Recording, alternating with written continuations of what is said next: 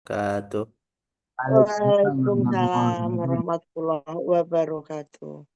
Baik Ibu Bapak yang Allah rahmati, mari kita awali ngawas pagi ini dengan membaca umul kitab Al-Fatihah. A'udzu billahi minasyaitonir Alhamdulillah. rajim. Bismillahirrahmanirrahim. Alhamdulillahi rabbil alamin. Arrahmanir rahim. Maliki yaumiddin. Iyyaka na'budu wa iyyaka nasta'in. Ihdinas siratal mustaqim. Siratal ladzina an'amta 'alaihim. Ghairil maghdubi 'alaihim waladdallin. Amin. Amin. Allahumma amin. Amin. Alhamdulillah. Alhamdulillahi hamdan katsiran tayyiban mubarakan fi.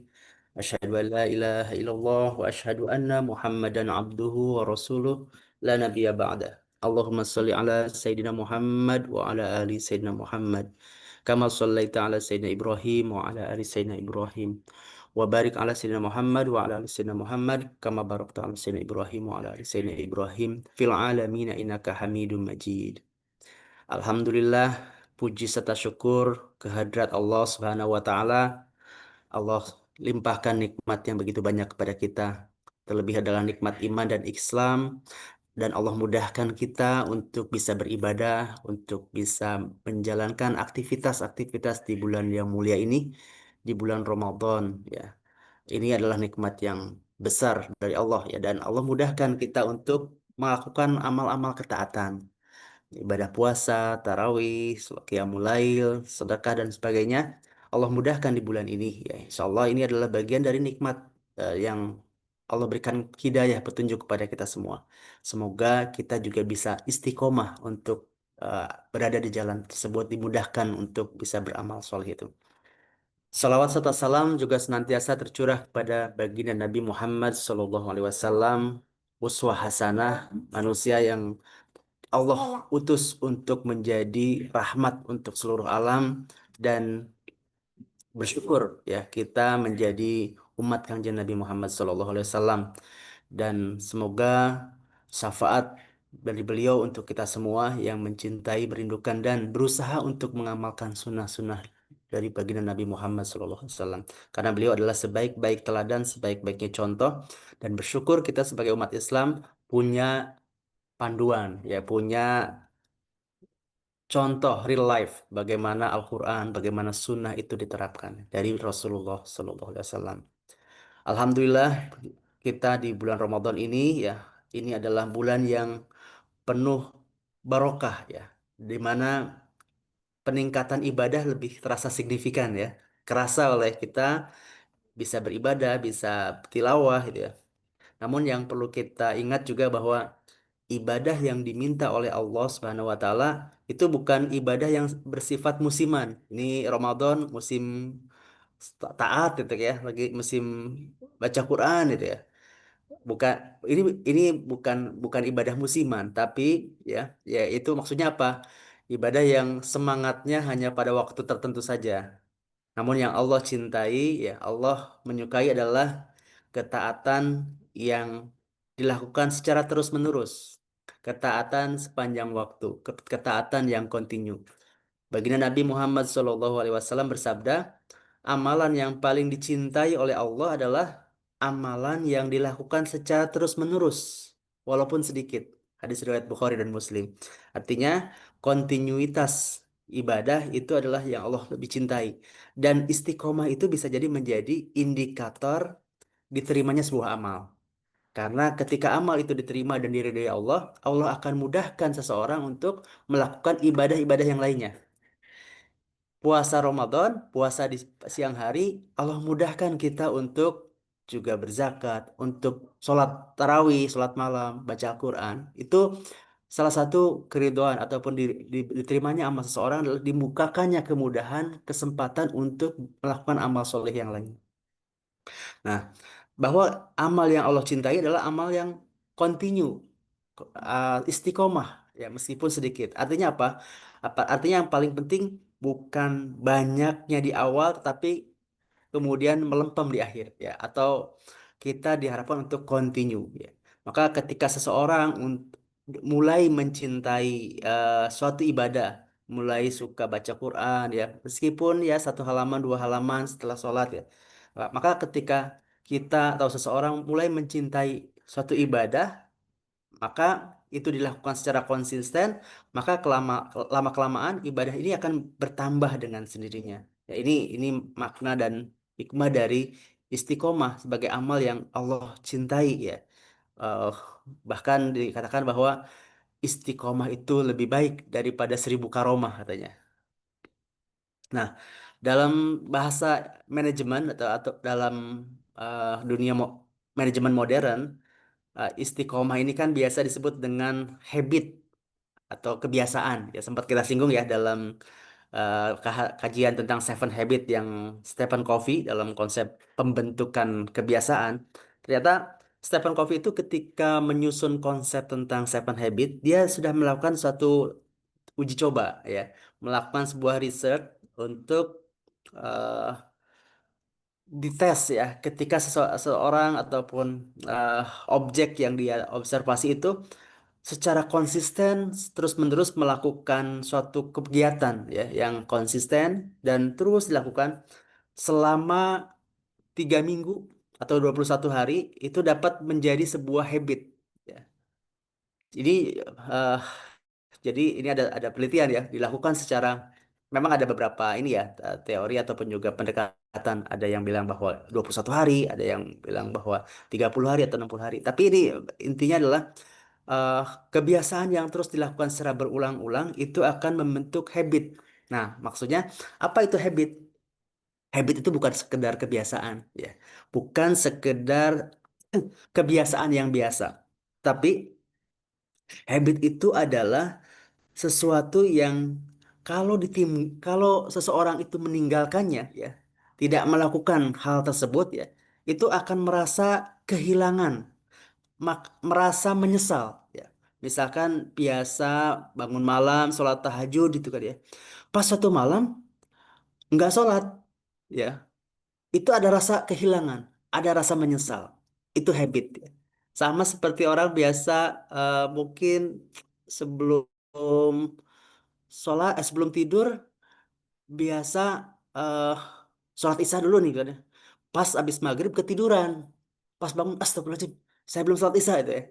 Itu salah satu habit gitu ya, kebiasaan gitu kan. Kan orang biasa. Jadi bukan sekedar kebiasaan biasa, tapi kebiasaan yang kalau orang itu meninggalkan atau tidak melakukan suatu amal atau kegiatan tersebut, ada rasa yang hilang, ada rasa yang menyesal, disesali gitu kan ya. Dan merasa terlewatkan hal tersebut. Nah, dalam Islam konsep ini dikenal dengan istilah istiqomah. Ya, istilah istiqomah. Lalu itu kan bagaimana kita berusaha agar bisa istiqomah. Apalagi nih Ramadan kan bulan untuk kita melatih diri ya, latihan untuk jadi bulan madrasah diri ya, untuk mencoba seberapa sih level kemampuan kita ya. Nggak apa-apa sekarang mungkin mau ngejar nih bacaannya mau hatam 3 kali, 4 kali, nggak apa-apa. Di bulan Ramadan memang para ulama juga demikian itu kan dia berlomba-lomba membaca Al-Quran banyak-banyakan ya. Sehingga ini jadi habit. Yang mati mungkin meskipun di bulan Syawal atau bulan 11 bulan selanjutnya agak berkurang intensitasnya, tapi kebiasaan itu sudah kita coba di bulan Ramadan dan kita berharap itu bisa menjadi kebiasaan setelah Ramadan. Nah, lantas bagaimana nih setelah kita melatih diri? Insya Allah ini masih ada 10 malam lagi atau ini nanti malam malam 20 ya. Sudah final third nih. 3 lap terakhir ya. Ini yang menjadi bagian penting nih.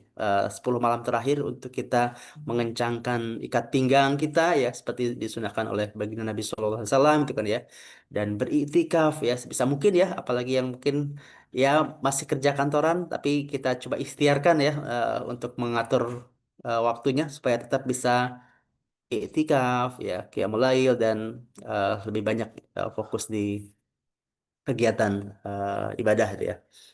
Nah, ada dalam konteks dalam ilmu-ilmu tarbiyah ataupun juga dalam referensi tentang formula bagaimana agar kita bisa istiqomah ya. Kemarin dapat ini nih materi ceramah nih lumayan bagus nih. Ada formula 5M katanya. Bukan 5 miliar ya. 5M untuk menjaga agar bisa istiqomah. Yang pertama adalah muahadah. Muahadah itu adalah komitmen atau janji. Ya, jadi ini adalah muahadah berarti membuat komitmen dengan diri dan dengan Allah ya. Ya kita niatkan kalau mau istiqomah itu ya. Saya bulan Ramadan ini baca Quran udah bisa nih 1 hari 1 juz. Saya mau ini juga bisa istiqomah setelah Ramadan ya. Niatkan iktikad apa komitmen diri berjanji untuk diri sendiri gitu ya.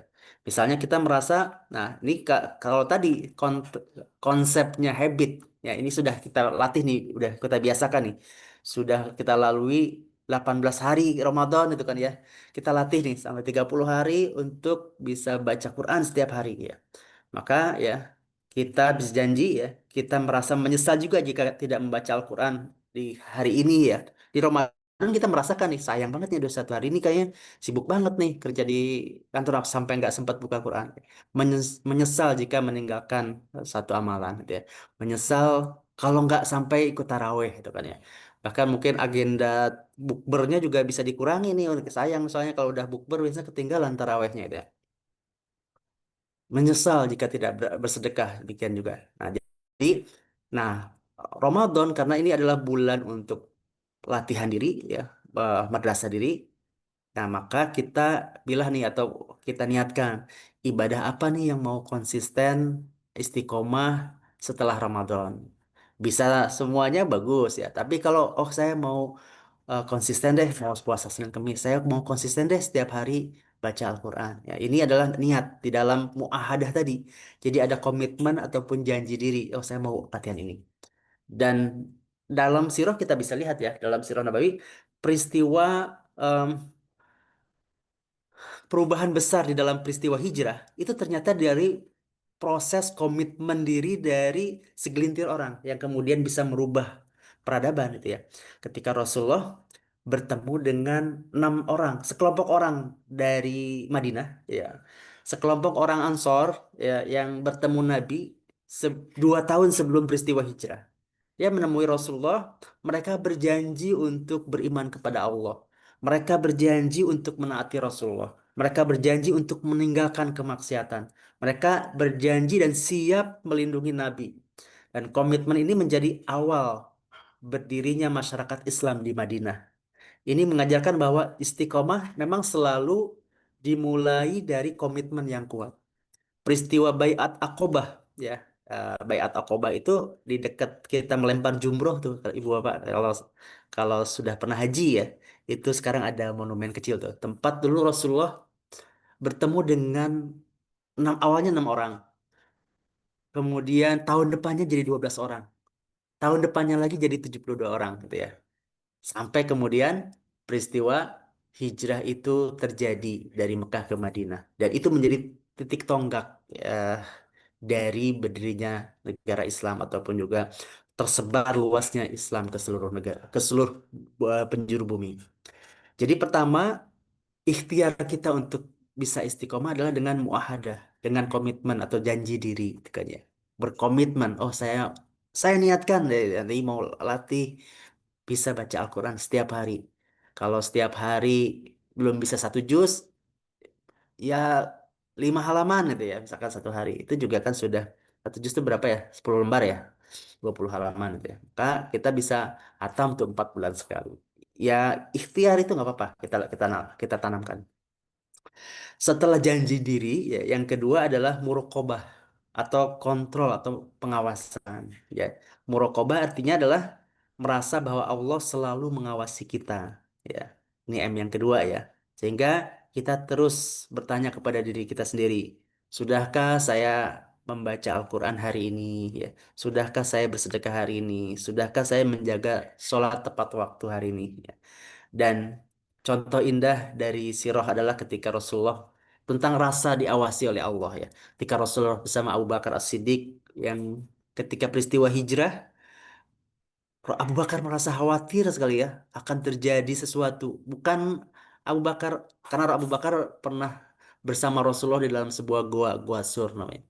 Abu Bakar pernah sangat khawatir, bukan khawatir kan takut beliau terbunuh. Ya, kata Abu Bakar, kalau saya terbunuh saya hanya seorang diri kan. Tapi kalau engkau yang terbunuh ya Rasulullah ya, siapa yang melanjutkan risalah ini gitu ya. Tapi Rasulullah memberikan ketenangan kepada Abu Bakar ya. Masuk yang Abu Bakar yang khawatir mereka akan ditemukan oleh orang-orang Quraisy ya. Rasulullah berkata kepada Abu Bakar, jangan bersedih. La tahzan, innallaha ma'ana. Ya, sesungguhnya Allah bersama kita. Ini menunjukkan keyakinan bahwa Allah selalu melihat, Allah selalu menjaga hambanya. Dan ketika orang memiliki muraqabah, ya, merasa diawasi, maka akan tetap menjaga ibadahnya, ya, meskipun nggak ada manusia yang melihatnya. Ini ikhtiar kita untuk bisa istiqomah. M yang kedua ya, muahadah, muraqabah. Yang ketiga adalah muhasabah diri. Ya. Muhasabah berarti melakukan introspeksi dan evaluasi diri. Jika suatu hari ya kita bertanya atas kenapa ya, kenapa sih saya agak malas-malasan nih baca Al-Quran gitu kan ya. Nah ini salah satu konsep dalam muhasabah adalah bertanya apa penyebabnya. Karena para ulama juga eh, berpendapat bahwa bukan kita yang malas baca Al-Quran, ya, tapi bisa jadi Al-Quran yang enggan dibaca oleh kita. Ya. Ketika kita ada maksiat, ada perbuatan yang eh, lebih dekat kepada perbuatan fasik dan maksiat, gitu ya, maka al- ada efeknya ya sama seperti ibadah tadi ya ketika orang melakukan amal solih maka Allah mudahkan untuk beramal solih yang lainnya ketika melakukan maksiat maka terbuka juga pintu-pintu maksiat yang lainnya ya termasuk juga ketika maksiat jadi ada penghalang antara dirinya dengan Al-Quran gitu ya. Maka ini juga dalam hal muhasabah diri ya. Apa penyebabnya kok saya nggak bisa bangun malam itu kan ya. Kok saya sering telat sholat itu kan ya. Dan eh, tentu termasuk juga misalkan sholat berjamaah ya. Kalau sering ketinggalan ini kan. Ini juga buat muhasabah diri nih ya.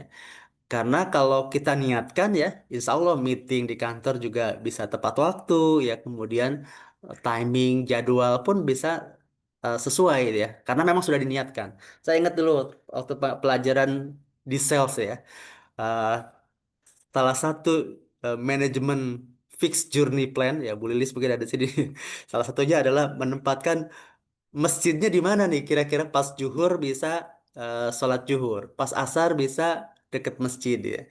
Itu juga salah satu persiapan, ikhtiar untuk bisa menjaga sholat gitu kan ya.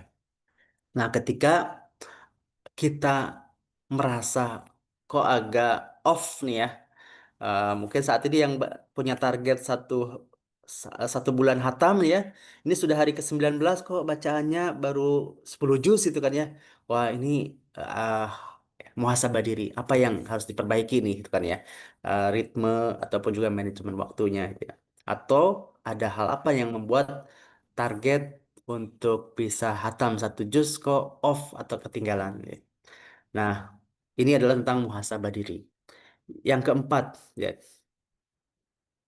Nah, ini berkaitan dengan ini. Tentang muhasabah tadi, ada contoh ya dalam sirah yang ikonik ya, tentang kisahnya Ka'ab bin Malik gitu ya. Ka'ab bin Malik ini kisahnya monumental, ikonik ya, ketika beliau tertinggal untuk ikut perang Tabuk.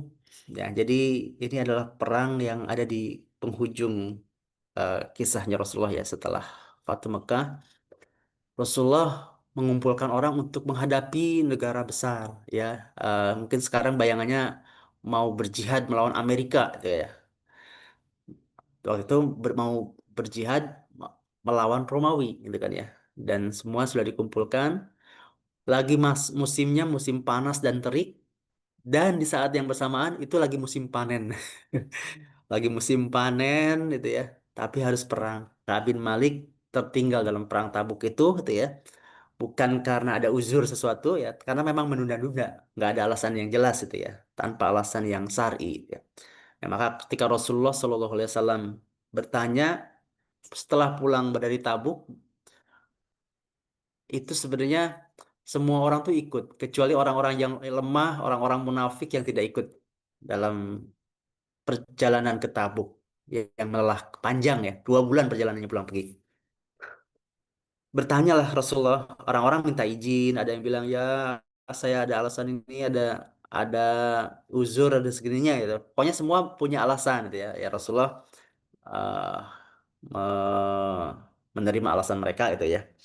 Tapi Ka'ab bin Malik ini muhasabah diri ya. Beliau punya kesempatan ketika itu mungkin mau berbohong bisa aja berbohong gitu ya. Tapi beliau jujur mengakui kesalahannya kepada Rasulullah dan nggak mencari-cari alasan ya. Dan kejujuran itu yang kemudian menyelamatkannya ya. Kejujuran itulah dalam bentuk muhasabah yang sangat dalam yang dilakukan oleh Ka'ab bin Malik ya. Meskipun nanti ada konsekuensinya ya. Sama tadi ketika muhasabah diri apa nih penyebabnya ya. Kemudian yang keempat adalah muakobah, memberi sanksi diri gitu ya. Memberi sanksi diri ya ketika kita sudah muhasabah, oh ini ke atas kesalahan ini. Saya sering salah telat waktu, nggak bisa tepat waktu karena kesalahan A, B, C yang kita sadari, kita pikirkan, kita insafi ya. Maka kemudian perbaiki diri ya dan menghukum diri ya. Jika kita lalai, beri sanksi pada diri sendiri sebagai bentuk penyesalan, sebagai usaha untuk perbaikan. Misalnya ada komitmen nih, saya mau baca 1 hari 1 juz ya. Nah, suatu hari nggak membaca Al-Quran satu hari itu ya. Hari ini nggak baca Quran. Maka salah satu bentuk muakobah diri adalah maka besok saya harus baca lebih banyak. Target saya adalah 1 hari 1 juz. Besok karena saya ketinggalan saya harus kejar jadi 2 juz. Target saya mau baca 2 halaman. Oh saya ketinggalan nih. Saya besok mau baca jadi 4 halaman. Lalai sedekah, maka harus menambah sedekah. Ya, ini adalah cara melatih disiplin secara spiritual. Dan ini juga yang terjadi pada dari kisah tentang Ka'ab bin Malik. Dia nggak ikut, dia menyesali dan ada konsekuensinya. Dia menyadari ini pasti ada konsekuensi. Dalam kisah Ka'ab bin Malik ya, karena kelalaian tidak ikut dalam perang Tabuk ya, maka beliau dan 2 sahabat lainnya nih yang jujur ya mengakui bahwa itu adalah kesalahan dan eh, tahu itu konsekuensinya, itu adalah sebuah kesalahan. Dibandingkan berbohong mencari-cari alasan, beliau jujur ya. Maka 3 sahabat ini, Ka'ab bin Malik dan 2 kawan yang lainnya lagi itu diboikot oleh para sahabat ya. Diboikot selama 50 hari, nggak diajak ngobrol, nggak disapa, nggak dicuekin gitu ya. Dicuekin sama Rasulullah. Wah ini sangat menderita ini buat sahabat itu ya. Rasulullah itu kalau duduk bersama para sahabat, beliau bisa membagi rata pandangan. Semua merasa istimewa. Semua merasa diperhatikan oleh Rasulullah. Ka'ab berusaha untuk memandang ataupun juga mencari perhatian Rasulullah. Tapi Rasulullah tidak tidak memandangnya, tidak mengabaikannya, nggak mau lihat Ka'ab. Jadi para sahabat pun demikian gitu kan ya. Jadi betapa menderitanya nih Ka'ab bin Malik gitu ya. Selama bermalam-malam, berhari-hari itu aja sampai 50 hari dicuekin oleh Rasulullah dan para sahabat. Ini sebagai bentuk dari hukuman ya. Muakobah sanksi diri gitu kan ya. Bahkan sampai eh, dibujuk nih ya sama orang munafik dan orang pembenci Islam, udah deh, kamu diabaikan oleh kaum muslimin ya. Eh, Kembalilah ke agama kamu ya, ke agama nenek moyangmu gitu ya. Tapi Kaab malah eh, ini ini fitnah apalagi nih kata Kaab itu kan ya. Dia dia nggak mau demikian ya. Dan Kaab setelah 50 hari ya disanksi dirinya ya dan sampai kemudian Allah mengampuni dosa-dosanya ya dan ini menjadi eh, asbabun nuzul tentang ayat pemaafan atas taubat mereka dalam kelalaian tidak ikut eh, perang Tabuk gitu kan ya.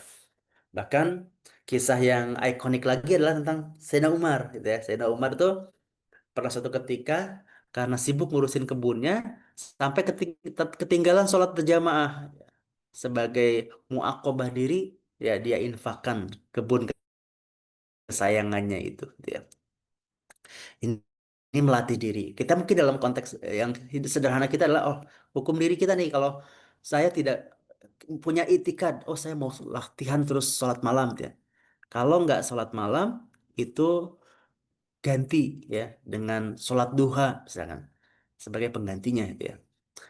Ini ada kisah ya, kemarin sempat dengar kisah dalam ceramah tuh, uh, ada orang yang setiap malam terus sholat sholat malam gitu ya.